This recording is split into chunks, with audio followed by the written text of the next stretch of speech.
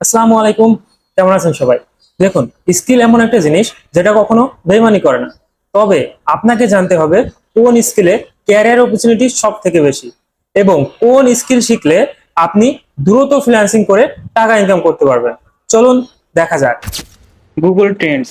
Google trend হচ্ছে এমন একটা টুলস যার মাধ্যমে আপনি কিওয়ার্ড রিসার্চ করতে পারবেন অথবা একটার সাথে একটা কম্পেয়ার করে কার ডিমান্ড সব থেকে বেশি সেটা বের করতে পারবেন।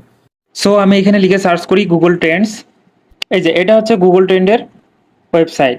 ওকে, দেন এখানে ক্লিক করি। এখন একটার সাথে একটা কম্পেয়ার করব এবং দেখব গুগল ট্রেন্ডে কোন স্কিলের ডিমান্ড সব থেকে বেশি এবং কোন স্কিলের ক্যারিয়ার অপরচুনিটি সব থেকে বেশি। ওকে, আমি ফার্স্টে ওয়েব ডেভেলপমেন্ট লিখে সার্চ করি। এই যে এটা।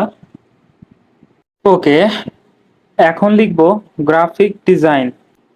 এই যে এটা সিলেক্ট করলাম। এখন এখন লিখব হচ্ছে ভিডিও এডিটিং। যেটা লিখে সার্চ করলাম। এখানে দেখেন গ্রাফিক ডিজাইনের চাহিদা কিন্তু এই তিনটার মধ্যে সব থেকে বেশি ওয়ার্ল্ড ওয়াইড।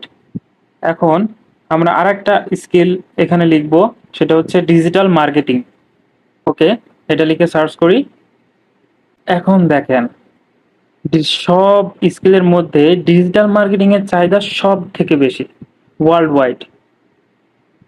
ডিজিটাল মার্কেটিং এর কাছে অন্যান্য স্কিলগুলো অনেক তুলনামূলক অনেক কম।